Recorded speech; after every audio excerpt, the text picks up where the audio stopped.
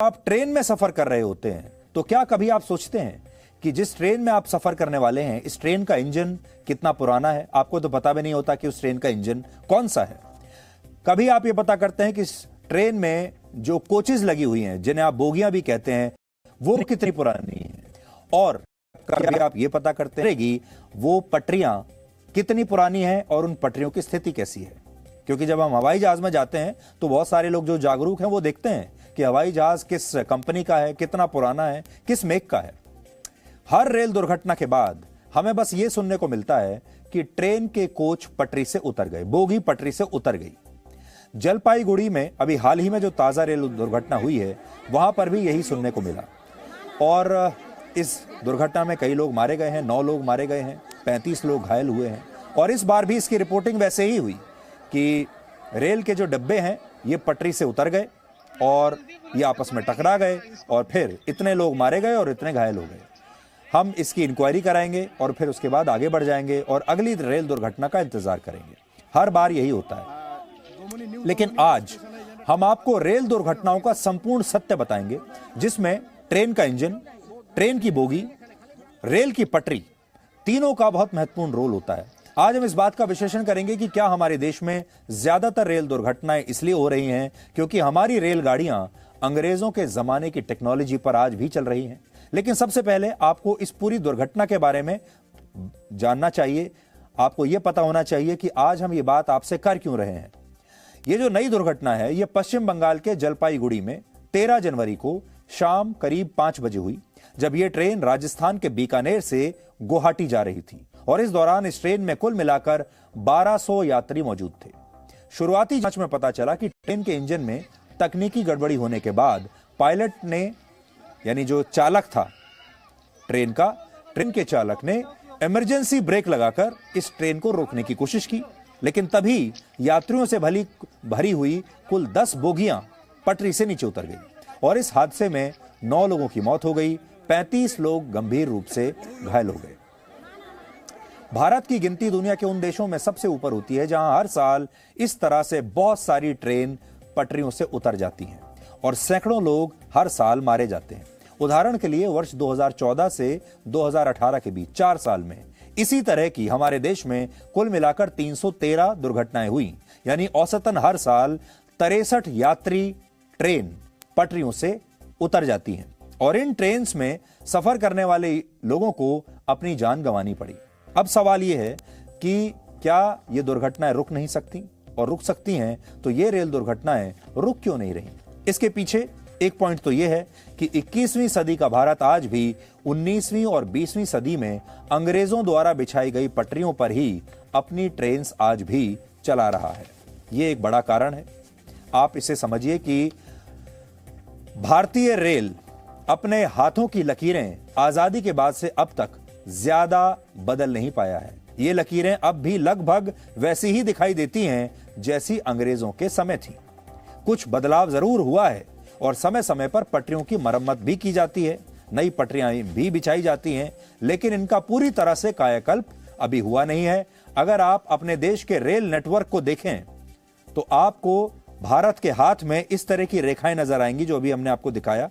ये भारत की स्थिति है, ये भारत का रेल नेटवर्क है जो आप अभी देख रहे हैं। ये भारत की रेखाएं हैं, ये रेलवे ट्रैक्स हैं। अब इनको बदलने की जरूरत है, क्योंकि आपकी किस्मत तब बदलती है जब आप अपने हाथों की रेखाओं को भी बदलते हैं, ऐसा लोग कहते हैं।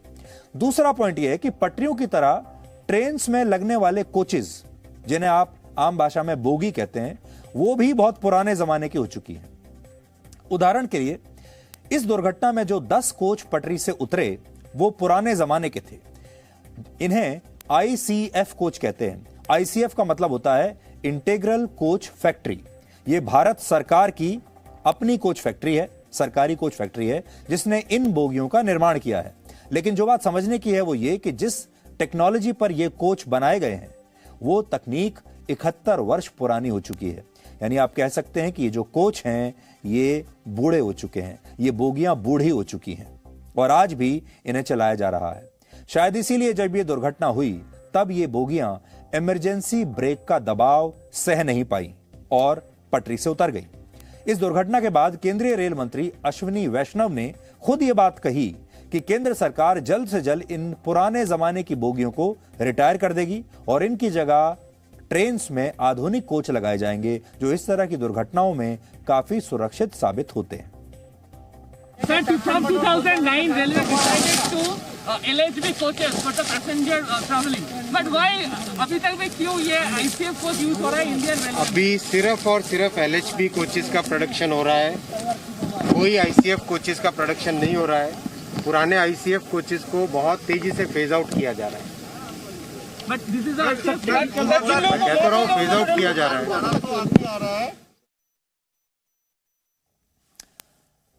अब पहले आप ये समझिए कि भारतीय रेलवे है क्या, आपको पहले उसके बारे में समझना होगा। भारत का रेल नेटवर्क अमेरिका, चीन और रशिया के बाद दुनिया का चौथा सबसे बड़ा रेल नेटवर्क है। इसकी कुल लंबाई 67,956 किलोमीटर है।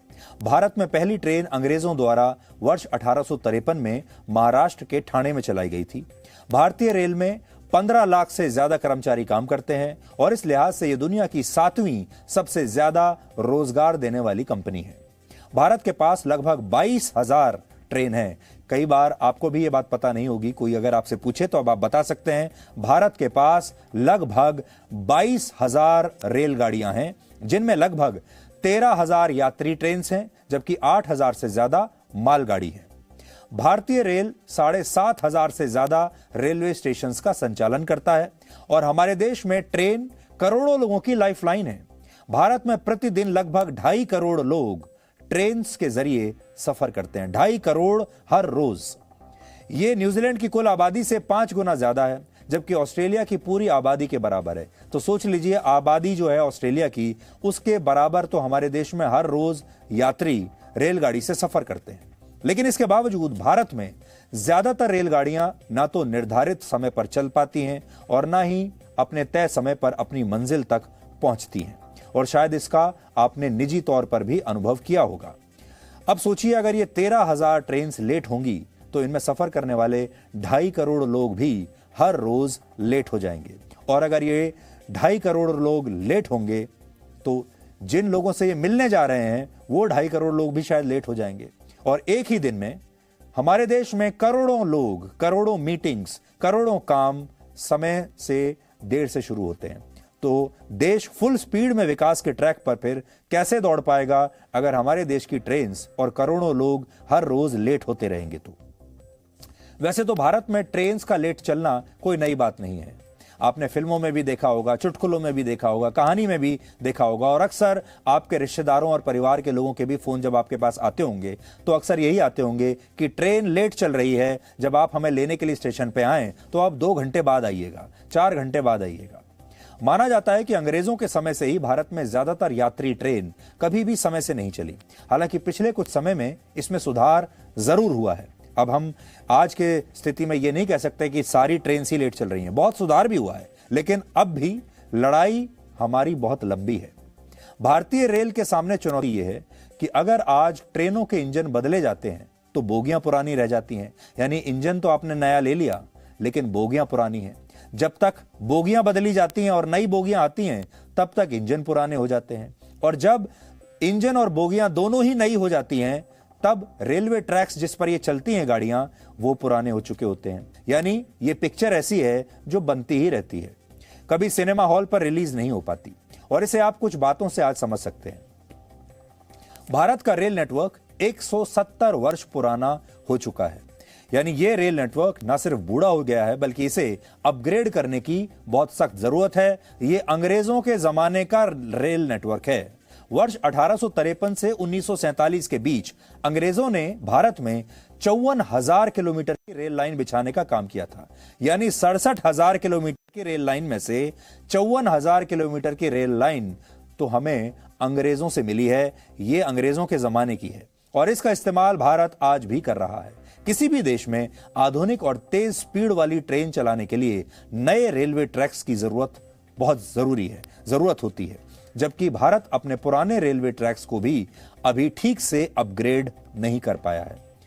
इससे रेलवे ट्रैक्स की मरम्मत का काम आए दिन होता रहता है, जिससे हमारी ट्रेन्स समय पर चल नहीं पाती या बीच में जाकर रुक जाती हैं और वो लेट होती रहती हैं। दूसरी बात यह है इससे ट्रेन हादसों का भी खतरा लगातार बना रहता है, दुर्घटनाओं का खतरा बना रहता है। और तीसरी बात, आधुनिक ट्रेन्स भी, नए जमाने की नई टेक्नोलॉजी की ट्रेन्स भी इन ट्रैक्स पर अपनी क्षमता के हिसाब से दौड़ नहीं पाती। यानी इन ट्रेन्स को तेज स्पीड के दौरान पुराने ट्रैक्स का ध्यान रखना होता है। तो आज अगर आपने बुलेट ट्रेन तो ले ली, या आपने तेज गति वाले इंजन्स ले लिए, उसमें बोगियां भी नई लगा ली, लेकिन आपके ट्रैक्स पुराने हैं, तो वो बुलेट ट्रेन भी अपनी सही पूरी क्षमता के साथ आपके ट्रैक्स पर दौड़ नहीं पाएगी। आजादी के बाद पिछले 70 वर्षों में इस क्षेत्र में कोई खास विकास हुआ नहीं है। भारत के पास लगभग 22,000 रेलगाड़ियां हैं, लेकिन इनमें से ज्यादातर ट्रेन्स या तो उनके इंजन्स पुरानी तकनीक पर आधारित हैं या उनके कोच पुराने जमाने के हैं। और जिन आईसीएफ कोचेस का इस्तेमाल फिलीपींस जैसे देशों ने वर्ष 2009 में ही बंद कर दिया था, उन कोचेस का प्रयोग भारत में आज भी हो रहा है और इनकी वजह से कई बार ट्रेन्स पटरियों से उतर जाती हैं, जैसा कि कल पश्चिम बंगाल में हुआ। भारत में स्थिति भी तब है जब पंजाब की कपूरथला कोच फैक्ट्री में जर्मनी द्वारा विकसित आधुनिक कोच बनाए जाते हैं। इन्हें LHB कोच कहते हैं। LHB का मतलब होता है लिंके हॉफमैन बुश, ये कंपनी है। और LHB आपने देखा होगा, अभी जो रेल मंत्री भी बात कर रहे थे वो इन्हीं कोचेस की बात कर रहे थे, LHB कोचेस। और कई ट्रेनों में इन कोचेस का इस्तेमाल शुरू हो चुका है और अब रेल मंत्रालय ये चाहता है कि बड़े पैमाने पर ज्यादातर ट्रेन्स में इन नई टेक्नोलॉजी वाले कोचेस का इस्तेमाल हो। लेकिन इसके बावजूद ये काम इतना धीमा है कि ऐसा लगता है कि भारत में केवल यात्री ट्रेन ही नहीं बल्कि विकास की ट्रेन भी बहुत लेट चल रही है। ये बात हम इसलिए कह रहे हैं क्योंकि आईसीएफ कोच के मुकाबले LHB कोच इमरजेंसी ब्रेक लगने पर पटरियों से नहीं उतरते और इन्हें इंजन, तो आज भी हम पुरानी कोचेस पर अपनी रेलगाड़ियों को दौड़ा रहे हैं, ज्यादातर को। हालांकि ऐसा नहीं कि भारतीय रेलवे में कुछ भी अच्छा काम नहीं हुआ। पिछले कुछ वर्षों में हर साल होने वाली ट्रेन दुर्घटनाएं बहुत कम हो गई हैं। वर्ष 2014 में 118 ट्रेन दुर्घटनाएं हुई थीं और 2021 में इनकी संख्या केवल 22 थी। इसके अलावा ट्रेन दुर्घटनाओं में होने वाली मौत भी पिछले 10 वर्षों में काफी कम हुई है। लेकिन इसके बावजूद भारत में रेल का विकास जो है, विकास के साथ अभी रेल का मेल हो नहीं पाया है। भारत में इतना बड़ा रेल नेटवर्क इसलिए बन पाया क्योंकि अंग्रेजों ने इस क्षेत्र में बहुत काम किया। आप अंग्रेजों को वैसे तो कितना भी कोस सकते हैं और अंग्रेजों ने हमें लंबे समय तक गुलाम बनाकर रखा, लेकिन अंग्रेज एक अच्छा गिफ्ट हमारे लिए छोड़कर गए और वो था ये रेल का नेटवर्क का गिफ्ट। अंग्रेज भारत में व्यापार करने के लिए एक बड़ा रेल नेटवर्क चाहते थे ताकि वो भारत के सभी संसाधनों का भरपूर फायदा उठा सकें और उन्होंने ऐसा किया भी। इसलिए यह मत सोचिए कि अंग्रेजों को भारत के लोगों से या भारत से बड़ा प्यार था और उन्होंने ये रेल नेटवर्क भारत के लोगों के लिए बनाया था, ऐसा बिल्कुल नहीं है। उन्होंने ये रेल नेटवर्क पैसा कमाने के लिए, व्यापार करने के लिए और हमारे संसाधनों को लूट कर ले जाने के लिए बनाया था। लेकिन आजादी के बाद जब ये रेल नेटवर्क हमारे देश के नेताओं को मिला तो उन्होंने इसका फोकस व्यापार से परिवहन पर शिफ्ट कर दिया। सोचिए, आजादी के बाद भारत को अंग्रेजों ने दिया ही क्या था? सब कुछ तो लूट कर ले गए थे। वो चाहते तो भारत में बिछाई अपनी रेल लाइनें भी उखाड़ कर ले जाते, लेकिन ऐसा करना उनके लिए संभव नहीं था। इसलिए मजबूरी में इस रेल नेटवर्क को यहां हमारे लिए छोड़ गए और भारत के लिए यह बात एक बहुत बड़े अवसर जैसी थी। लेकिन हमारे देश के नेताओं ने इस अवसर को कभी तलाशा नहीं और भारत में आजादी के बाद ट्रेन्स को एक पॉलिटिकल टूल बना दिया गया, राजनीतिक टूल बना दिया गया और इस पर राजनीति होने लगी। ट्रेन्स का इस्तेमाल हमारे देश में चुनाव जीतने के लिए होने लगा, वोट पाने के लिए होने लगा, लोगों को खुश करने के लिए होने लगा, तुष्टीकरण के लिए होने लगा। आजादी के बाद 74 वर्षों में भारत में 39 रेल मंत्री बन चुके हैं। इस दौरान किसी रेल मंत्री ने ट्रेन का किराया सस्ता किया तो किसी ने आर्थिक रूप से कमजोर वर्ग के लोगों के लिए ट्रेन का सफर मुफ्त कर दिया। लेकिन रेलवे की हालत सुधारने के लिए जिस आधुनिक सोच की आवश्यकता थी वो अपनाई नहीं गई। आज हमने इस पर आपके लिए एक स्पेशल रिपोर्ट तैयार की है जो आपको यह बताएगी कि बुलेट ट्रेन का सपना देखने वाले भारत को अपनी रेल व्यवस्था में आज क्या क्या बदलाव करने की जरूरत है। और यह एक ऐसा मुद्दा है जो कि भारत का मीडिया शायद कभी आप तक पहुंचाएगा नहीं, क्योंकि यह मसालेदार खबर नहीं है। लेकिन क्योंकि भारत आज भी रेलगाड़ियों में चलता है। 2.5 करोड़ लोग रेलगाड़ियों में आज भी हर रोज सफर करते हैं। उनके लिए यह जानना बहुत जरूरी है, पूरे भारत के लिए, कि आज भारत के रेल नेटवर्क की स्थिति क्या है, रेलगाड़ियों की स्थिति क्या है, इंजन की स्थिति क्या है और हम किस तरफ बढ़ रहे हैं।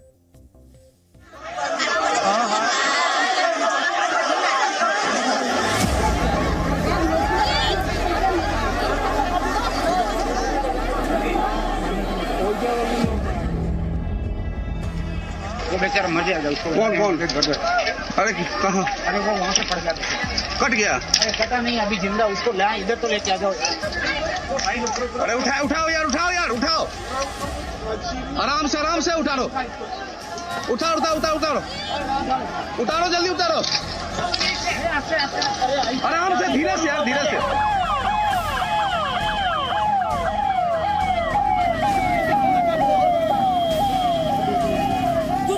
दिन ठीक 5 बजे ये जो ब्लॉक सेक्शन है मोइनागुड़ी और बोनोहानी के बीच में, यहाँ पर अब 16533 बीकानेर गुवाहाटी एक्सप्रेस लाइन से पटरी से उतर जाती है। हम आपको मौके की तस्वीरें दिखा रहे हैं। जी न्यूज की टीम ग्राउंड जीरो पर मौजूद है और हम आपको दिखा रहे हैं किस तरीके से और कितना दर्दनाक हादसा यहाँ पर हुआ है, जहाँ 9 यात्रियों की जान जा चुकी है, 36 यात्री को गंभीर रूप से चोटें आई हैं। कुल मिलाकर 10 कोचेस जो है वो डीरेल हुए।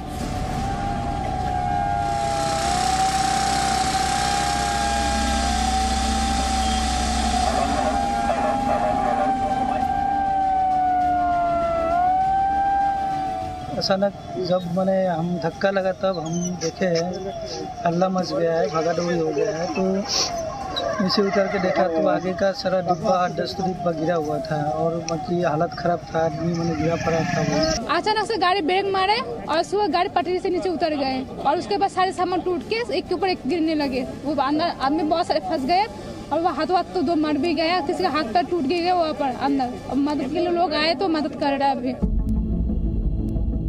अचानक गाड़ी धक्के खाने लग गई, मतलब जोर से ऐसे धक्का लगा जोर से, तो ऐसा कुछ लगा कि किसी ने चैन पुलिंग वगैरह कर रखी होगी।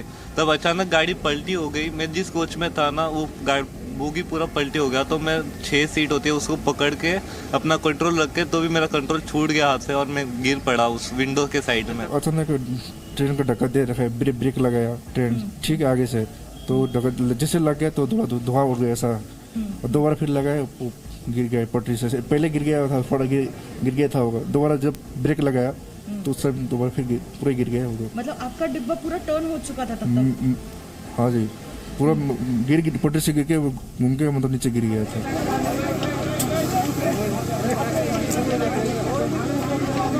इट्स अ बहुत ही ट्रैजिक एक्सीडेंट है, वेरी अनफॉर्चुनेट इवेंट। कल हमने कंप्लीट रेस्क्यू ऑपरेशंस कंप्लीट किए और इसकी स्टैट्यूटरी इंक्वायरी भी चालू की है। मैं खुद यहाँ पे साइट पे आया हूँ और जितनी हमारे दिवंगत पैसेंजर हैं उनकी आत्माओं को शांति मिले, ऐसी मेरी प्रार्थना है। और जो इंज्योर्ड पैसेंजर्स हैं वो जल्दी से जल्दी रिकवर हो, ऐसी मेरी प्रार्थना है। इस ट्रेन के अगर हम कोचेस को देखें तो ये आईसीएफ कोचेस है और लगातार सवाल उठाए जा रहे हैं आईसीएफ कोचेस की सेफ्टी और सिक्योरिटी को लेकर।